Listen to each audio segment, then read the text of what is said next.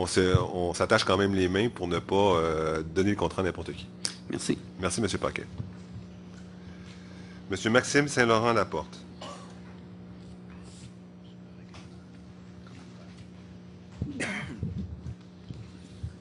Bonsoir à tous. Ma question s'adresse à M. Bergeron.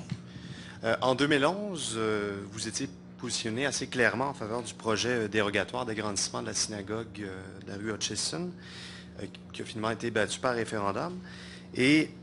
Mais avec le règlement qui est présenté aujourd'hui, on dirait qu'il y a une sorte d'incohérence au plan idéologique à Projet Montréal quant à ces questions. Et, bon, selon un article de la presse qui est paru aujourd'hui, ce même manque de cohérence avait donné lieu à du brasse-camarade en février 2011, lorsque les élus ont eu à statuer sur le premier projet de règlement. Il y a eu un vote libre, puis il y a 3 conseillers qui ont voté contre le projet.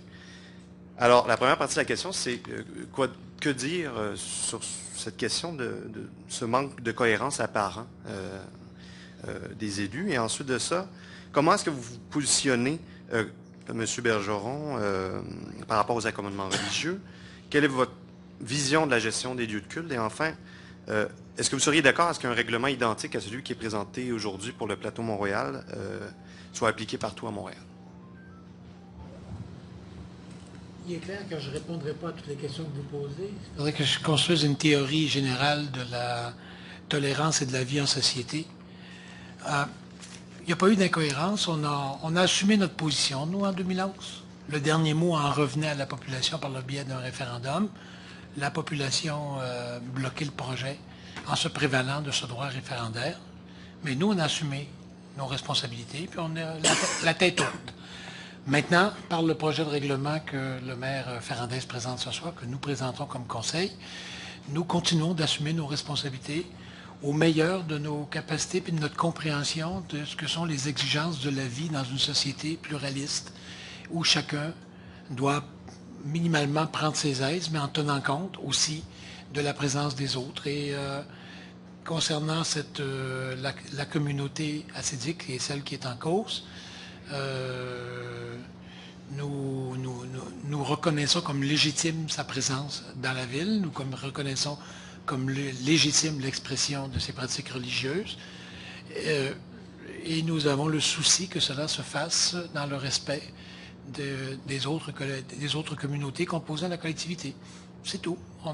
C'est pas un sujet qui est facile, c'est pas un sujet sur lequel, en 1 ou 2 lignes bien tournées, on s'en tire facilement. C'est un sujet qui demande un très haut sens des responsabilités, et je crois que nous avons témoigné de ce sens des responsabilités. Merci. Mais quand même, est-ce que le règlement qui est proposé ce soir, est-ce que pour vous, ce serait un modèle pour l'ensemble de la ville de Montréal? Regardez, vous nous demandez une théorie générale sur la vie en société pluraliste à la manière dont la Montréal d'aujourd'hui est devenue pluraliste, en termes à la fois culturels, religieux, etc. Je ne vous ferai pas de théorie générale sur ce sujet-là. Alors, ce sera aux administrations d'arrondissement ici et là, dans la ville, en fonction des communautés en présence, qui auront à prendre les décisions qui jugeront les plus sages. Et j'espère que nous allons servir d'exemple comme rigueur et comme droiture dans la manière d'analyser ce genre de sujet, de traiter de ce genre de dossier, plutôt que de faire du populisme qui nous donne des belles manchettes, mais qui sont assez irresponsables. Je vous remercie. Oui, Mme Duplessis. Si vous voulez rester au micro. Monsieur. Un bref commentaire. Ça fait 3 ans qu'on réfléchit à cette question.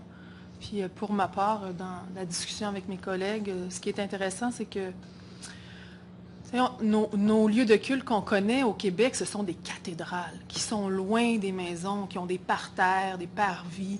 Donc, quand le lieu de culte se transforme en lieu de célébration pour le baptême, le mariage, etc., quand il y a des parties, ça ne dérange pas les voisins parce que les lieux de culte sont loin des habitations.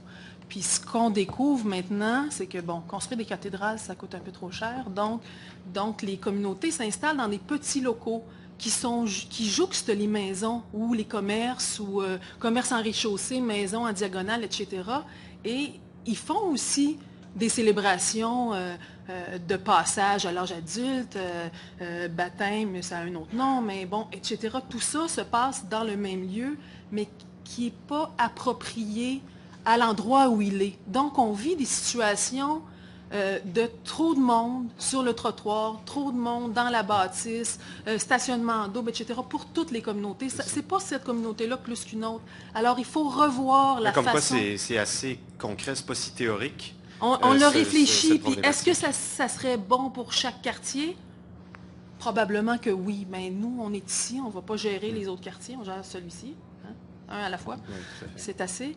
Mais je pense que c'est un pas qu'on fait dans les réflexions de, oui, les lieux de culte à Montréal, mais même chose que les restaurants. Hein, les restaurants, il faut qu'il y ait des lieux tampons. Il ne peut pas y avoir des restaurants à côté d'une maison, ou, etc. Mais on n'avait jamais fait cette réflexion-là pour les lieux de culte. Merci beaucoup. Merci.